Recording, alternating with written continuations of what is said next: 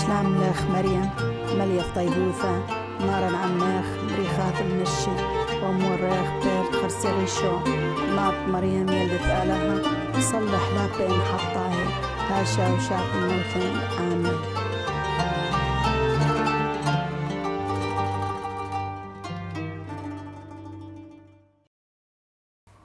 Bueno, soy el padre Federico Hayton de la Congregación San Elías, misionero en el Himalaya, soy argentino, estoy trabajando en el proyecto Cuenta Regresiva y soy sacerdote hace 5 años y medio. Me formé en Argentina, de ahí me fui a estudiar a Roma, hice un poco de apostolado en algunas parroquias de Italia, de ahí me fui a Lituania 2 meses a ayudar a un sacerdote, de ahí fui a Taiwán, estuve misionando muy feliz en Taiwán. Y de ahí me fui al Himalaya, donde estoy viviendo ahora, a Sikkim, en la frontera del Tíbet chino, Nepal y Bután. Y soy el único sacerdote que vive en el norte de Sikkim. Y bueno, y desde ahí a veces el Señor me llama a hacer algunas expediciones apostólicas en lugares circundantes, como ser Hong Kong o Nepal o otros lugares también.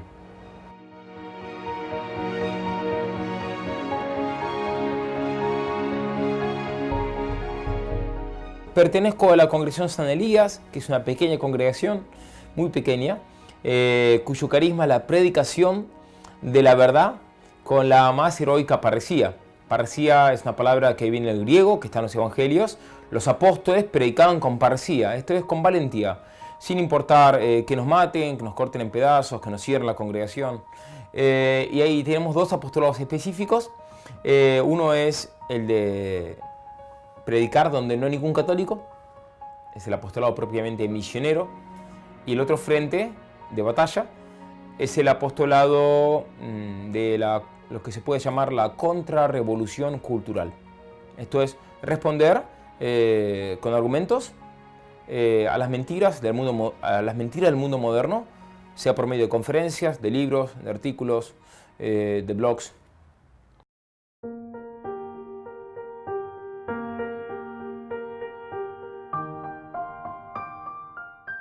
Sí, estamos desarrollando el proyecto de la cuenta regresiva misional, en inglés se dice Mission Countdown. ¿En qué consiste este proyecto? Este proyecto consiste en vivir literalmente Mateo 24:14. El Evangelio será predicado en todos los pueblos y entonces vendrá el fin.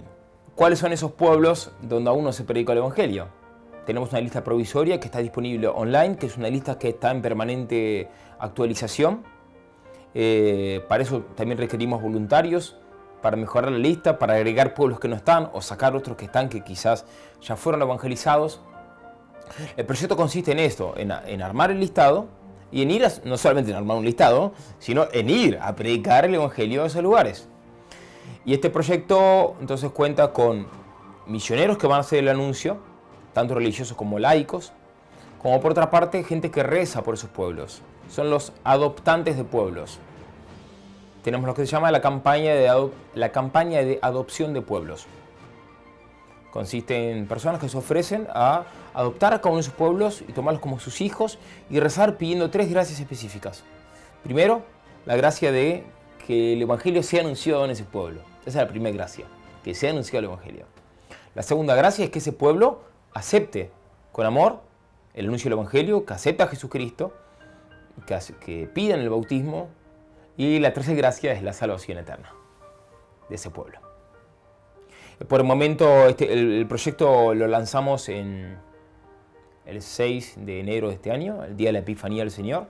La Epifanía es la fiesta de la manifestación del Señor a los paganos. Los paganos son aquellos que no escucharon el anuncio de la fe, aquellos que están privados del conocimiento de Jesucristo, aquellos que nunca escucharon hablar del Señor, o que escucharon el nombre, pero que nunca se les predicó a Jesucristo.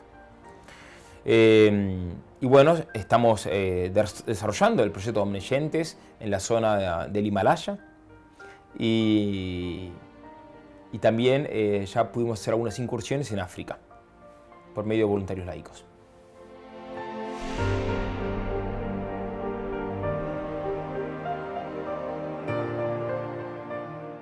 Bueno, la mayor dificultad es una dificultad interior. Es cuando el misionero tiene poca fe. Se le puede pasar a un sacerdote, a un obispo, a un laico o a un religioso. La principal dificultad es la falta de fe. Y si el misionero tiene mucha fe, por gracia de Dios, porque la fe es don de Dios. Entonces también hay que considerar otras dificultades. En muchísimos lugares donde hay persecución a la iglesia, donde son prácticamente todos paganos y que hay unos poquitos católicos, ¿qué es lo que pasa muchas veces? Que esos poquitos católicos están como los apóstoles en el cenáculo, que estaban encerrados por temor a los judíos. ¿Qué necesitan? Necesitan el Espíritu Santo, y cuando reciben el Espíritu Santo, por más que sean 10, 12, 5, 20, salen con el Espíritu Santo a anunciar el Evangelio por las casas, a anunciar el Evangelio por las calles. En tercer lugar, es de los enemigos de afuera, de los enemigos de la iglesia. Sean los paganos, los monjes budistas, en mi zona los monjes budistas están siempre cuchicheando en contra mío porque yo estoy predicando a Jesucristo y ellos no quieren que la gente se haga católica porque si no pierden clientes. Porque por cada ritual budista la gente paga plata. La misa es gratis, la confesión es gratis, el bautismo es gratis, pero la predicación del Evangelio es gratis, pero los rituales satánicos no son gratis. Los rituales budistas, que son a menudo rituales diabólicos, hay que decirlo, porque le rezan a los demonios para aplacarlos. Bien, esos rituales no son gratis, la gente paga por eso. Entonces, sí, ciertamente ellos también ponen obstáculos. Los gobiernos hoy en día, voy a decir en general, para no dar nombres, pero prácticamente todos los países donde hay pueblos que no escucharon el Evangelio, prácticamente todos esos países prohíben la misión. Entonces, ¿qué tiene que hacer el misionero? Tiene que ser inteligente, más que ser inteligente, tiene que seguir al Espíritu Santo, seguir las mociones del Espíritu Santo y encontrar la manera, sin pecar, de entrar para predicar a Cristo. Se puede, porque el Señor murió por todas las personas. El Señor quiere que se salven, el Señor quiere que se les predique. Nosotros tenemos que ser fieles a Él, pedir al Espíritu Santo que nos llene de su fuego y de su luz y mandarnos a predicar, sin respetos humanos, sin cobardía, sin prudencias humanas, sin escrúpulos. Y también hay otro obstáculo que es importante, que es el venido de parte de los protestantes.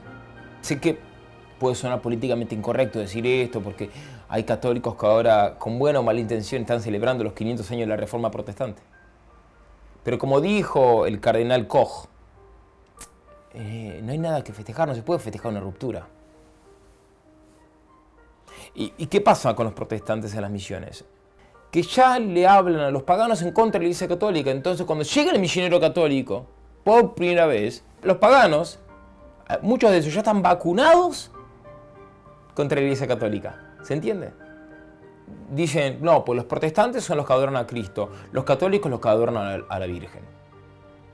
¿Y quién difundía esa mentira? Los protestantes. Entonces, ese es otro obstáculo. Y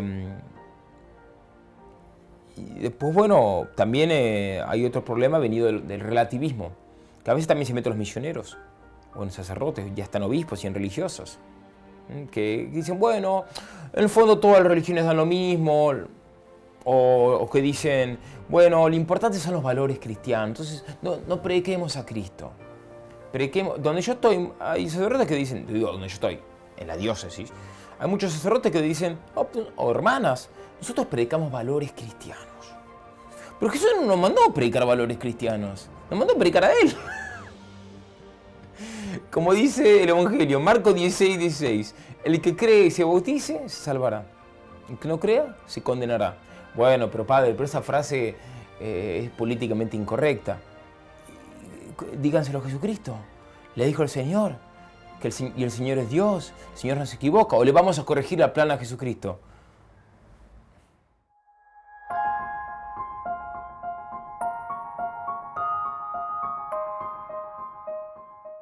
Y la verdad es que experiencias especiales son casi todos los días.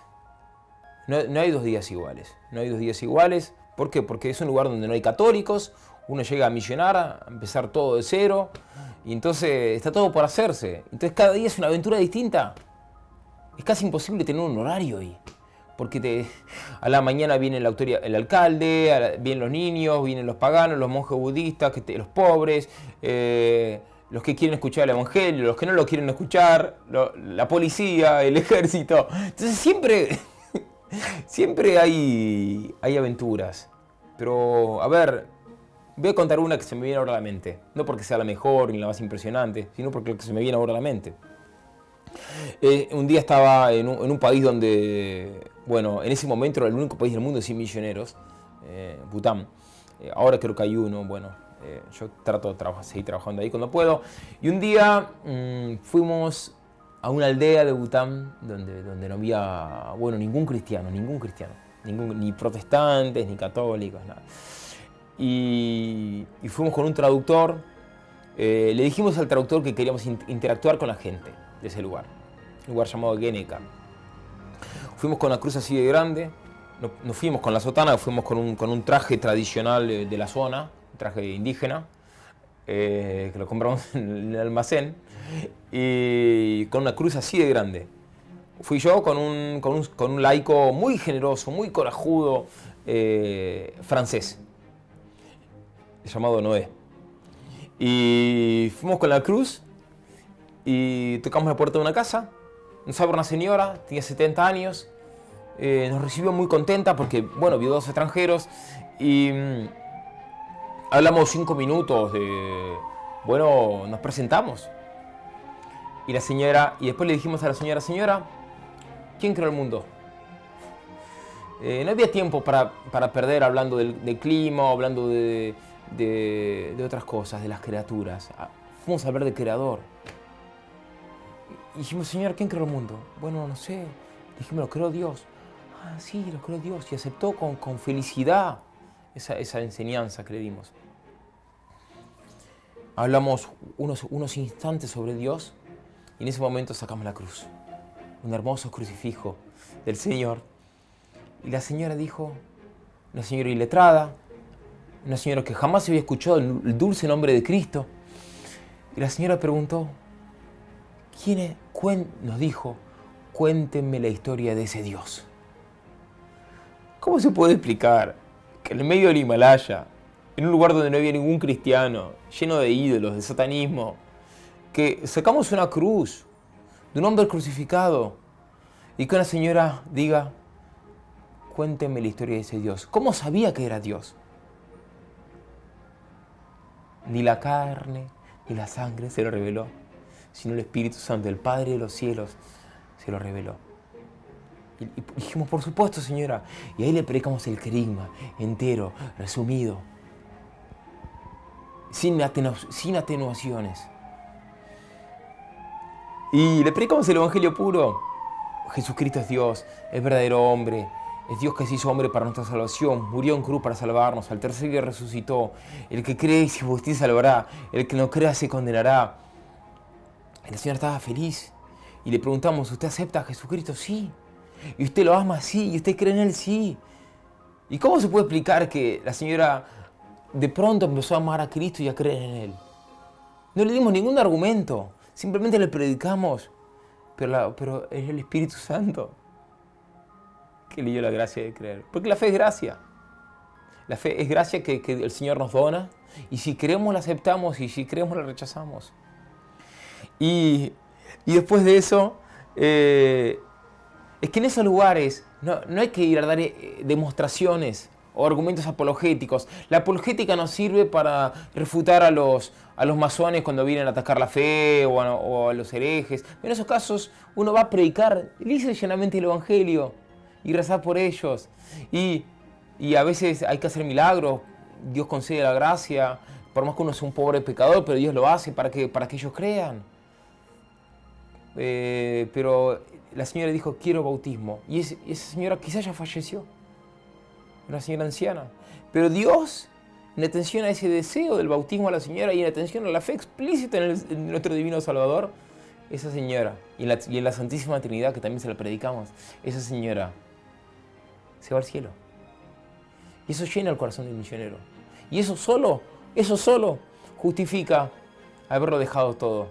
Haber dejado patria, casa, familia, amigos, y justifica las oraciones de los bienhechores, las limonas de los bienhechores, para tanto sacrificio y queda pagado de sobra por esa señora.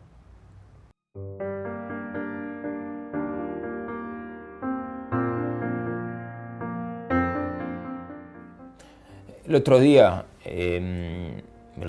hace unos meses, estuve de pasada por una especie de un college,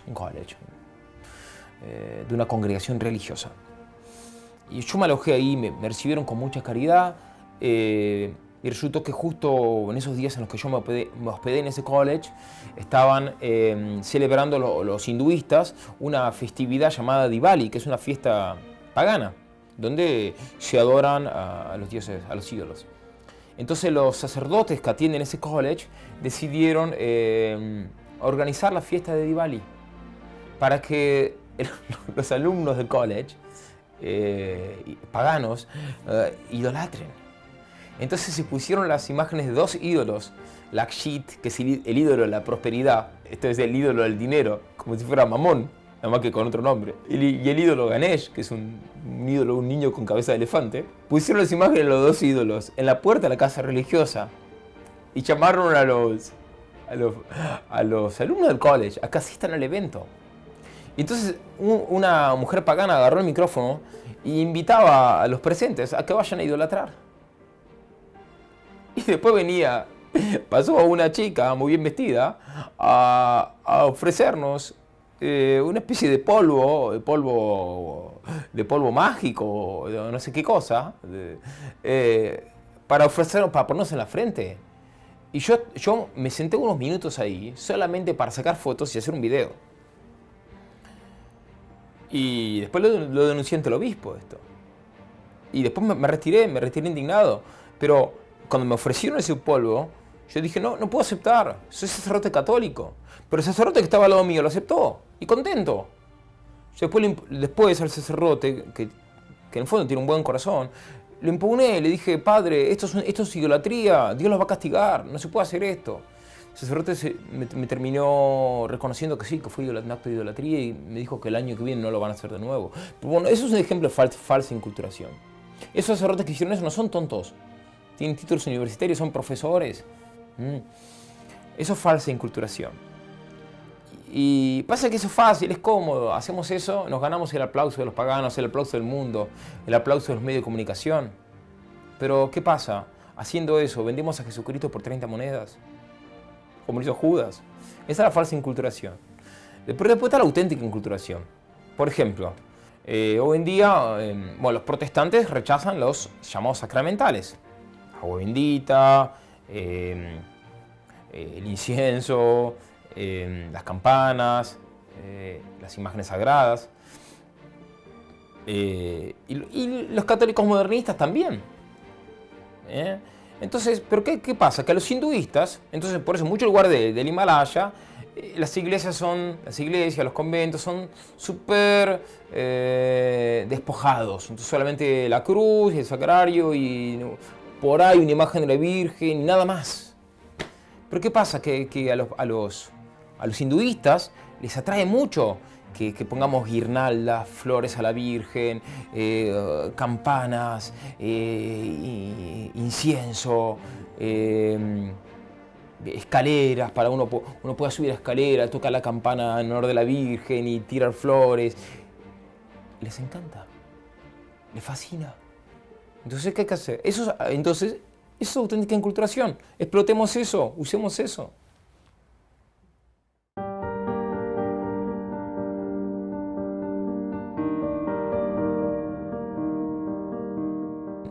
Acá la gran contraposición que tenemos que hacer acá es me parece a mí, entre el mundo apóstata o en vías a la apostasía. Europa apostató prácticamente. Esto es renunció a la fe. Quedan reductos en Europa de resistencia, como se ve en Polonia, como se ve después en algunos lugares. En Francia hay grupos de católicos que están floreciendo, pero son minorías. En España algunos grupos que florecen. Bien, Y América, Hispanoamérica, que está en vías a la apostasía. Vamos a hablar de una apostasía cabalgante. Y vemos también como muchísimos católicos, incluso sacerdotes, muy focalizados en lo económico, en lo social. Entonces lanzan campañas contra la pobreza, por ejemplo, la pobreza material. Pero el Señor dijo, los pobres los tendréis siempre con vosotros. Si bien es justo luchar por un mundo mejor, donde combatir la pobreza, pero el foco de la iglesia no tiene que estar en combatir la pobreza material, sino combatir la pobreza espiritual, es decir, las personas que están en pecado mortal, los que no conocen a Dios. Entonces, eso por una parte, ese materialismo que se ve en Occidente, ese consumismo, ese naturalismo, este es un espíritu que está como cerrado a lo sobrenatural, donde todo empieza y termina en esta tierra, en este siglo, donde ya el cielo, el infierno, el purgatorio, el juicio final, el juicio particular, no son realidades a considerar. Ya no son realidades que marcan nuestra vida. Eso es lo que se ve en la tendencia predominante hoy en día en Occidente. En el mundo pagano nos encontramos con, en mi experiencia, con que sacando Taiwán, que son un poco distintos, pero hay una gran tendencia a creer en lo invisible, especialmente por ejemplo en India, en Tíbet, se cree en lo invisible. Lo invisible es muy importante, pero ¿qué pasa? Que no conocen a Dios. Entonces lo invisible muy a menudo, consiste en una focalización en la acción de los espíritus. ¿Pero qué espíritus? ¿Los buenos o los malos? Entonces a menudo lo que hay es mucho satanismo. Satanismo que a veces es explícito, a veces no lo es. Para el budismo tibetano, algo central en el budismo tibetano es aplacar a los demonios. No es que adoran a los demonios porque sean satanistas, sino por temor a los demonios. Como están asustados los demonios, bueno, entonces quieren contentar a los demonios para que los demonios no los ataquen tanto. O para que los demonios le den ciertos favores. No lo hacen de malos, sino de ignorantes, de que nadie les predica a Cristo. Entonces vemos estos dos aspectos. Un oriente, un mundo pagano que a menudo, no siempre, es bastante espiritual, pero no con la espiritualidad auténtica, sino con una espiritualidad demoníaca. Y vemos también eso que la gente que se va convirtiendo, que se convierte con mucho fervor, pero rápidamente los ya convertidos, los católicos viejos, los exhortan a una extrema prudencia humana, casi que los exhortan a un cierto relativismo. Entonces, bueno, no, pero mira, hay que respetar las demás religiones. Entonces los convertidos, por una parte muy felices de conocer a Jesús, de amarlo a Él, pero por otra parte la estructura eclesial a menudo los ata de manos, ¿se entiende? Entonces se convierte, es un catolicismo fervoroso pero de sacristía. No es el catolicismo que sale a las calles a gritar el nombre de Cristo. También hay católicos mártires, ciertamente que lo hay, y hay conversiones y hay misiones. Bien, pero hablo también de lo que veo, ¿no? No de lo que leí en un libro, no de lo que vi en Google. Un país. Hay un país, que no quiero decir el nombre, pero hay un país donde en todas las aldeas de ese país, o en todos los distritos de ese país, hay por lo menos una secta protestante. Y en ese país solamente hay 10 familias de católicos. Y de esos 10 familias católicos, solamente una persona quiere ser apostolado. Uno o dos. Uno de esos dos me empezó a ayudar a mí y se puso a traducir las oraciones al dialecto local. Y todos los demás católicos no quieren ser apostolados porque tienen miedo al gobierno. Y hay protestantes que están presos por haber predicado a Jesucristo. Quizás estoy contando cosas que no se cuentan habitualmente. Y bueno, hay que decirlo, ¿no? Lo digo hice un voto de decir la verdad, de decir lo que veo en conciencia, aunque sean cuáles sean las consecuencias.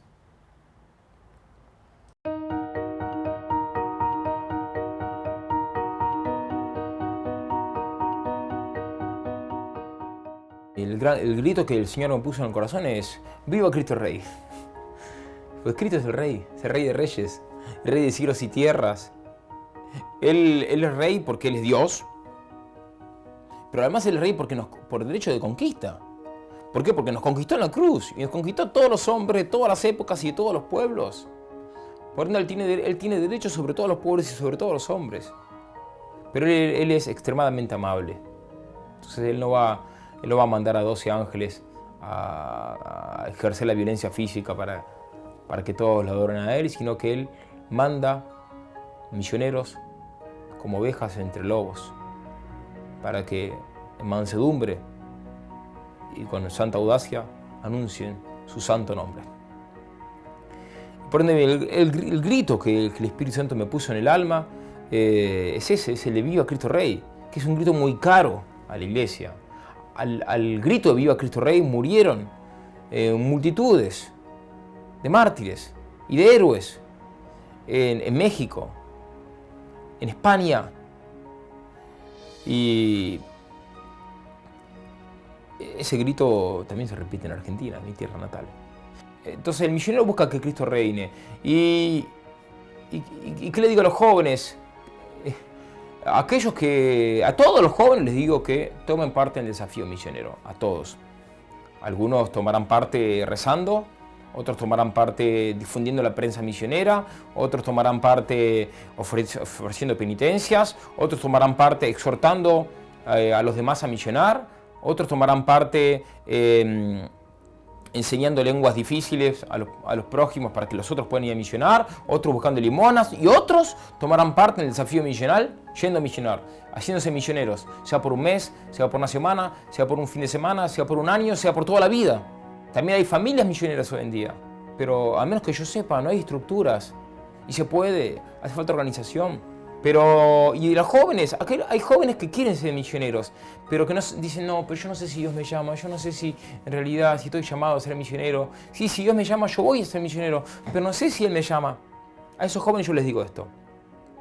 San Alfonso María Ligorio, doctor de la iglesia, doctor en moral, él decía, que era un santo muy estricto, él decía, para ser sacerdote, para ser religioso, hay dos signos.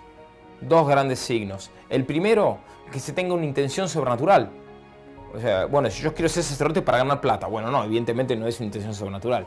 Pero si alguien dice, yo quiero ser sacerdote, quiero ser misionero para salvar las almas, para ser instrumento de Dios para salvar las almas, enhorabuena, es una intención sobrenatural, es una recta intención, basta y sobra. O quizás otro dice, bueno, yo quiero ser misionero para imitar a Cristo en la cruz, enhorabuena. O una religiosa dice, yo quiero ser misionera para sufrir con Cristo. Enhorabuena, basta ser un motivo sobrenatural. Primer requisito. El segundo requisito es que no tiene que haber ningún obstáculo serio. Por ejemplo, uno dice, yo quiero ser misionero o misionera por toda la vida como religioso, pero una persona que tiene serios problemas mentales. Y bueno, podrá cooperar con las misiones de otra manera, con sus oraciones, ofreciendo su dolor, pero no siendo religioso en las misiones. Bien, entonces, aquel que tenga esos dos requisitos, que tenga una recta intención sobrenatural y que no tenga ningún serio obstáculo, y que es un deseo estable, no un deseo de un día, un deseo efímero, es un deseo estable, y es casi seguro que Dios lo llama a ser misionero. No hay mucho más que discutir, no hay mucho más que pensar, no hay mucho más que discernir. Después verá a lo largo de su vida misionera, a lo largo de su postulantado, de su noviciado, de su seminario, si confirmará la llamada, en todo caso, o verá quizás que después Dios no lo llama, pero en principio, aquel que cumple esos dos signos, es que Dios lo está llamando. Porque aquel que tenga ese deseo generoso de ser misionero por toda la vida, ese deseo es tan grande, es un deseo sobrehumano, es un deseo heroico. Entonces ese deseo no puede venir de nuestra propia naturaleza. Solo Dios lo puede poner.